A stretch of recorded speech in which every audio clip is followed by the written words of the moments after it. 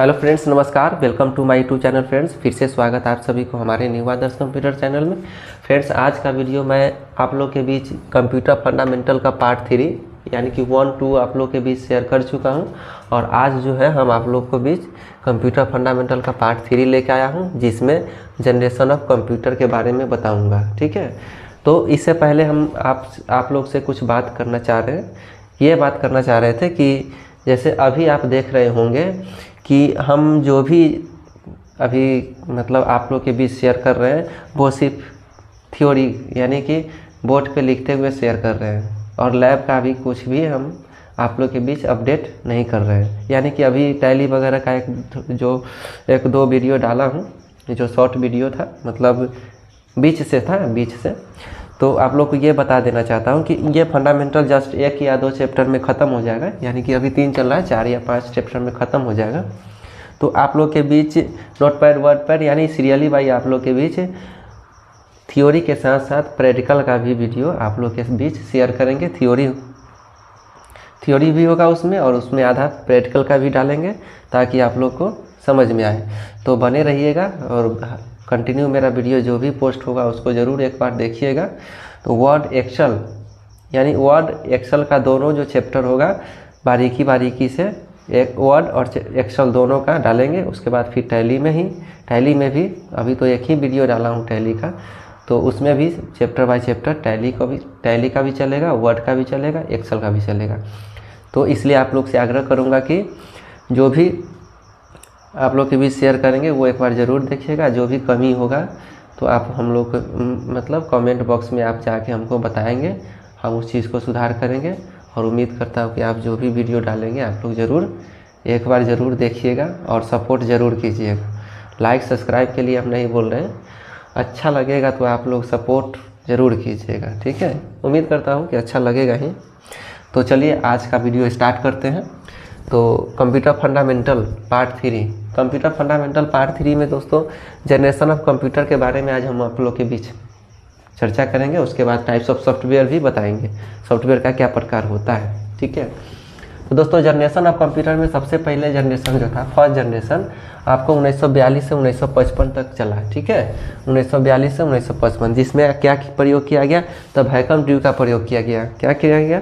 Vacuum tube, यानी vacuum tube का प्रयोग किया गया। वैक्यूम ट्यूब होने के कारण फर्स्ट जनरेशन का जो सिस्टम था बहुत बड़ा आकार में था, और इसमें मशीन लैंग्वेज मैग्नेटिक ड्रम मतलब मशीन लैंग्वेज का प्रयोग किया गया। और इसमें स्टोरेज का जो काम करता था मैग्नेटिक ड्रम को यूज किया गया।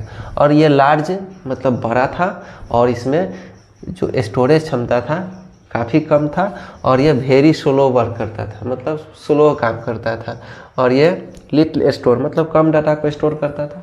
तो इससे मतलब इसको कहने का मतलब समझ रहे हैं कि फर्स्ट जनरेशन जो आया था कंप्यूटर वो बहुत बड़ा था, और इसमें मशीन लैंग्वेज का प्रयोग किया गया, और ये स्टोरेज के लिए प्रयोग किया गया मैग्नेटिक ड्रम को, और ये वेरी लार्ज था। ठीक है, और ये स्लो काम करता था, और लिटिल स्टोरेज मतलब थोड़ा सा डाटा को स्टोर करता था। ठीक है, अब देखिए सेकेंड जनरेशन। अब एक चीज़ समझ लीजिए दोस्तों, जनरेशन कब चेंज होता है? जब उसमें कुछ ना कुछ एक्स्ट्रा चीज़ एडिशन किया जाता है। तो पहला जो मेरा जनरेशन कंप्यूटर था वो देखने में काफ़ी बड़ा था, और काम में भी स्लो था, और स्टोरेज क्षमता भी कम था। और उसके बाद सेकेंड जनरेशन, इससे बेहतर सेकेंड जनरेशन, और ये बिजली का खपत भी, पावर भी बहुत ज़्यादा मतलब उपयोग करता था। तो अब उसके बाद आया आपका सेकेंड जनरेशन 1955 से 1964, जिसमें ट्रांजिस्टर का प्रयोग किया गया। तो ट्रांजिस्टर होने के कारण इससे छोटा कंप्यूटर और इससे ज़्यादा फास्ट करने वाला कंप्यूटर, या इसमें हाई लेवल लैंग्वेज का प्रयोग किया गया, यानी उच्च स्तरीय भाषा का प्रयोग किया गया। और इसमें स्टोरेज का जो था मैग्नेटिक डिस्क, इसमें ड्रम था, इसमें डिस्क का प्रयोग किया गया। और इसमें जो इसकी अपेक्षा इसमें जो स्टोरेज का क्षमता था ज़्यादा था, और इससे छोटा कंप्यूटर और इससे अच्छा बेहतर, यानी कि समझ रहे हैं जनरेशन जब चेंज होता है तो कुछ ना कुछ एक्स्ट्रा बेहतर चीज़ होता है। एक चीज़ और उदाहरण के तौर पर देख लीजिए, पहले हम लोग क्या करते थे घर में, जब बिजली हम लोग यूज करते थे 100 वाट का बल्ब जलाते थे। ठीक है, तो 100 वाट का बल्ब जलाते थे, और इससे कम वाट का बल्ब आता भी नहीं था पहले। ठीक है, तो जब हम लोग का एलईडी का बल्ब का यूज हुआ तो 9 वाट का आता है, जो 100 वाट का काम करता है वो 9 वाट वाला बल्ब काम करता है। तो अभी हम अगर हमको 100 वाट का बिजली खपत करना है तो कम से कम 11 बल्ब जलाएंगे तब इतना आपका बिजली खपत होगा, ठीक है। तो पहले का जो अपेक्षा बिजली का खपत भी धीरे धीरे कम हुआ, तो वही है, मतलब इसमें भी जनरेशन इसी तरह चेंज हुआ है। जैसे जैसे टेक्निकल मतलब डेवलप होते गया वैसे वैसे आपका जनरेशन चेंज होते गया, ठीक है। मॉनिटर में भी बताए थे, पहले CRT मॉनिटर था, उसके बाद LCD मॉनिटर आया, उसके बाद LED मॉनिटर आया। घर में भी आप देख लीजिए, सबसे पहले हम लोग टीवी, पिक्चर ट्यूब वाला टीवी लेते थे, उसका LCD लेते थे, अब LED लेते हैं, कोई भी चीज़ LED लेते हैं। तो वही चीज़ है, जब जब जनरेशन चेंज होता है, कुछ कुछ एडिशन किया जाता है, तभी आपका जनरेशन चेंज होता है। तो फर्स्ट जनरेशन की अपेक्षा सेकेंड जनरेशन अच्छा था, ठीक है। और इसमें एक चीज़ है, हाई लेवल लैंग्वेज का प्रयोग किया गया, उच्च स्तरीय भाषा का, और इसमें ट्रांजिस्टर यूज हुआ था, इसमें वैक्यूम ट्यूब, और वैक्यूम ट्यूब की जगह कौन लिया, ट्रांजिस्टर होने के कारण इसका अपेक्षा ज़्यादा, ठीक है। चलते हैं अब थर्ड जनरेशन। तो थर्ड जनरेशन कंप्यूटर 1964 से 1975 तक चला, जिसमें IC इंटीग्रेटेड सर्किट का प्रयोग किया गया, ठीक है। यानी ट्रांजिस्टर था, इसमें क्या हो गया, इंटीग्रेटेड सर्किट ICs का प्रयोग किया गया, ठीक है। ICs का प्रयोग ये हाई लेवल लैंग्वेज के साथ साथ प्रोग्रामिंग लैंग्वेज में भी काम करता था, ठीक है। इसमें प्रयोग किया गया हाई लेवल लैंग्वेज के साथ साथ प्रोग्रामिंग लैंग्वेज का, याद रख लीजिएगा। और इसमें मेमोरिक कोर का प्रयोग किया गया, स्टोरेज क्षमता इससे बेहतर था, ठीक है। तो ये आपका क्या है, थर्ड जनरेशन ICs का प्रयोग किया गया, इससे भी बेहतर और इससे कम पावर लेने वाला और इससे अच्छा काम करने वाला सिस्टम आया।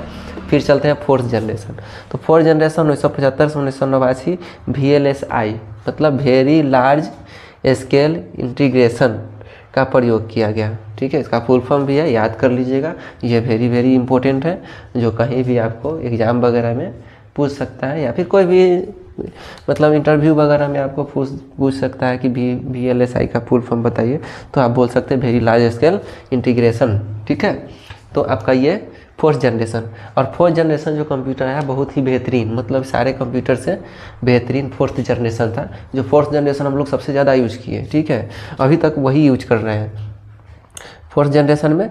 इसमें 1975 से 1989 VLSI उसका प्रयोग किया गया।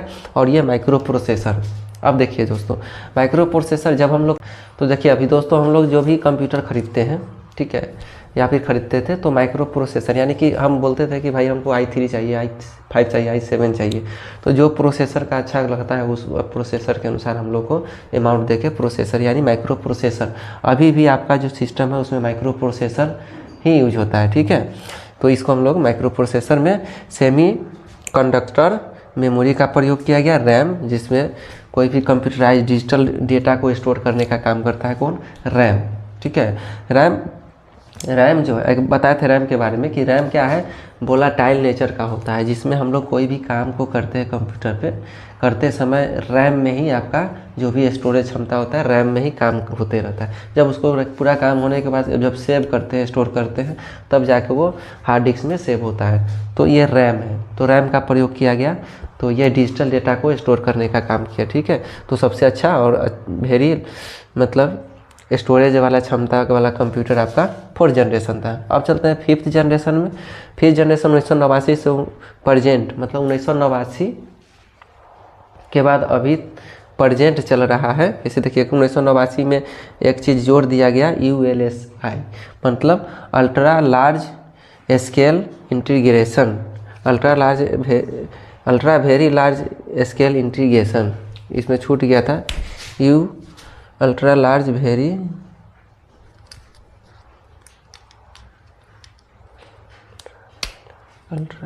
UVLSI मतलब ultra very large scale integration.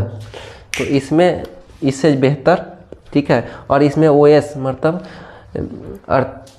Artificially integration आ गया, मतलब कहने का मतलब ये कि आर्टिफिशियली इंटेलिजेंसी मतलब एग्जाम्पल में उसमें बहुत सारा कम्युनिकेशन को जोड़ दिया गया। कम्युनिकेशन कहने का मतलब जैसे आप कंप्यूटर पे लैपटॉप या फिर डेस्कटॉप हो गया या फिर नोटबुक हो गया और उसमें मोबाइल से कनेक्ट करना, ये सारी चीज़ आपको किस जनरेशन में, फिफ्थ जनरेशन में आपको देखने को मिल गया।